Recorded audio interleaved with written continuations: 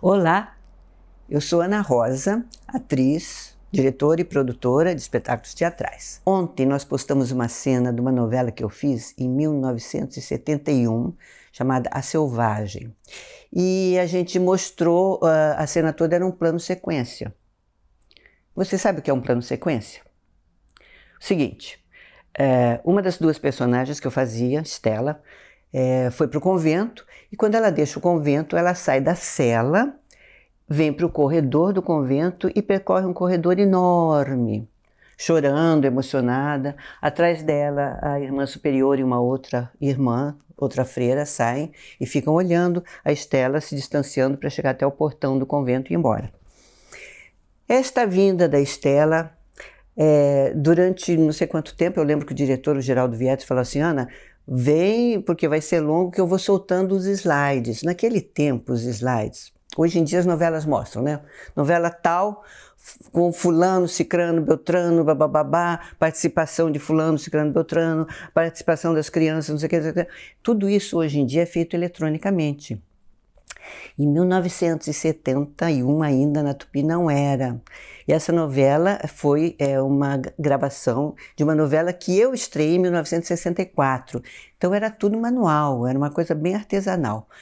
Então assim, os slides ficavam num tripé e a câmera focava nele e o contra-regra do lado com o dedinho descia um slide, aí aparecia outro nome. Aí ele descia o outro, tinha um tempinho para ele ficar ali, para as pessoas lerem o nome, descia o outro.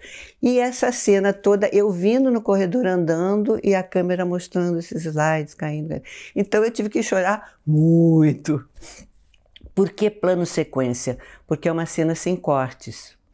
Para quem não conhece, você assistindo assim, quem é leigo de televisão, de cinema, você vê uma cena, de repente corta para um outro ângulo ou para um outro cenário, ou para uma rua, ou depois corta para dentro de casa. Existem cortes de cenas. O plano sequência não tem corte, ele é todo feito, filmado de uma vez só. E é muito difícil. Naquele tempo se usava uma grua para fazer cenas maiores, assim, por exemplo, eu já fiz cenas descendo de escada, começava lá em cima, no hallzinho da escada, descia a escadaria toda, vinha para a sala, entrava numa cozinha, depois ia não sei para onde, e a mesma câmera seguindo.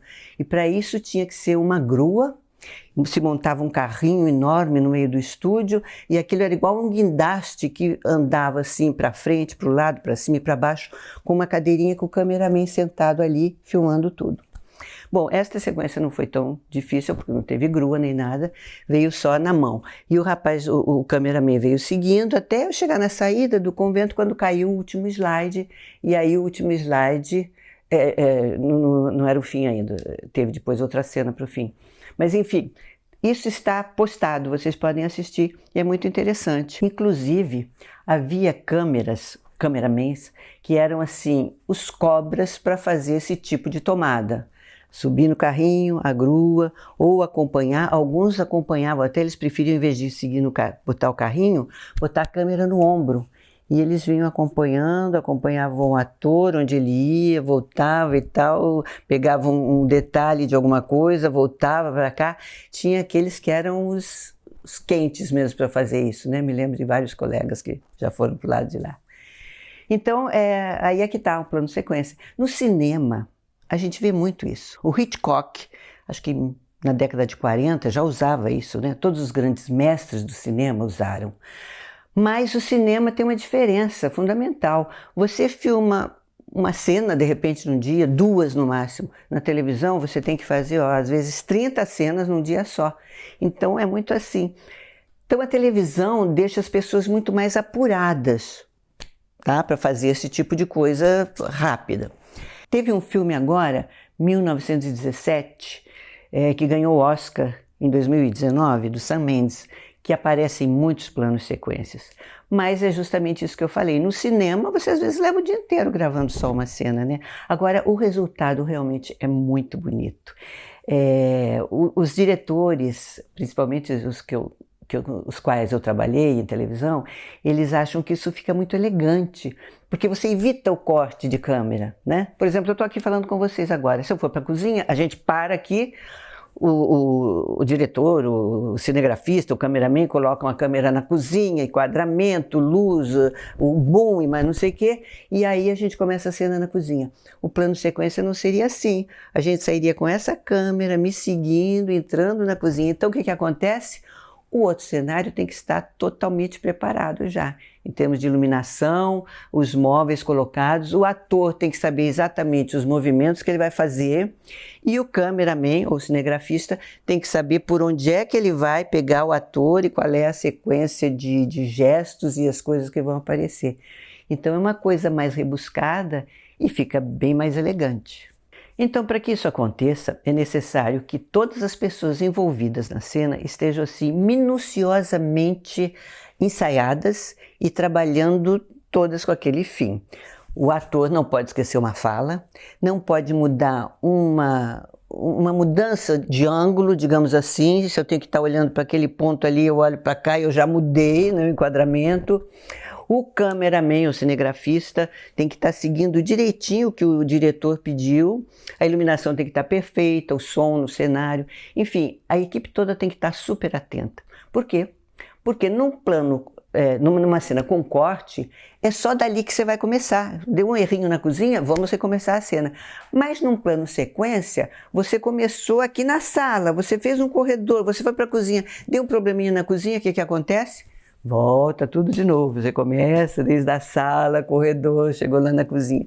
Então todo mundo tem que estar super atento, super entrosado e afinadinho. Vale lembrar que isso que eu estou falando com vocês foi da década de 60, 70, né? A tecnologia de lá para cá evoluiu assim, ó, de uma forma incrível. Então hoje em dia existem os estabilizadores, que são aquelas coisas que o cameraman coloca aqui, o cinegrafista, e acopla a câmera aqui. Então ele pode se movimentar sem correr o risco de perder aquela coisa. Até correr. Nossa, a gente vê cenas assim enormes feitas na rua, do alto de um edifício, por exemplo, os atores nos andaimes correndo, perseguição, esses grandes filmes assim de ação, né? A gente vê coisas incríveis que se você parar para pensar, a gente assiste enquanto espectador só, né, seguindo a história, mas se você parar para pensar em tecnicamente como é que isso é feito e quanto conhecimento exige, nossa, é uma coisa de louco. É realmente apaixonante. Aliás, essa novela Selvagem foi um remake que se fez na própria Tupi da primeira novela que eu gravei, que chamava Alma Cigana. E a Selvagem foi direção do Geraldo Vietri e do Giancarlo.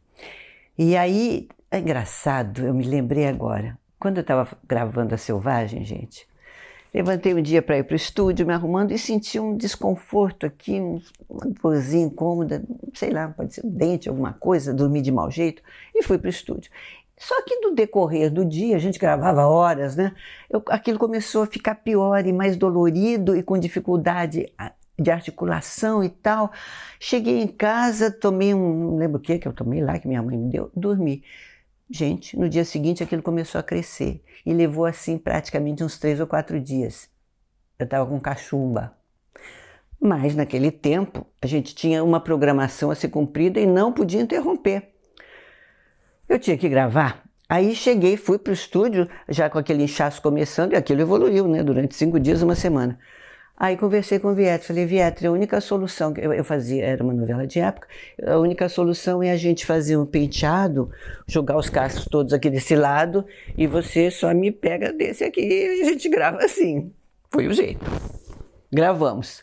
Quando passou a semana toda, né? Chegou sábado, domingo, descanso, fui para casa, fiquei em repouso e tal. Na segunda-feira começou a sumir aquele inchaço. Ai, que alívio! Porque eu tive febre também, aquilo me deixava... Tem até uma reportagem, uma hora eu vou achar, vou mostrar para vocês a foto. Assim, a cachumba derrubou a freira, que eu tô com o olho assim, meio fechado de febre. Segunda-feira, ai, que bom, vou agora com toda a força, começar renovada a gravar. Fui para o estúdio, começamos a gravar, blá, blá, blá, blá. Quando chegou de noite em casa, eu comecei a sentir aquela mesma coisinha enjoadinha do outro lado. Ai, não é possível, meu Deus. Claro, o cachumba passou para o outro lado.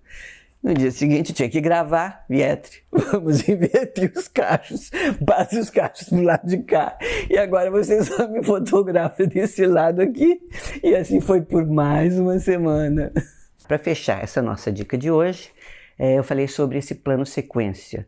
Falei que pode ser usado na televisão, no cinema, mas assim, hoje em dia com essas outras mídias, os YouTubers e tal, e comerciais, de repente, pode ser um cara quer fazer um comercial diferente, estranho, sei lá, alguém descendo de paraquedas, alguém subindo, não sei, num foguete, enfim, existem inúmeras N possibilidades, não é? E que as pessoas podem usar.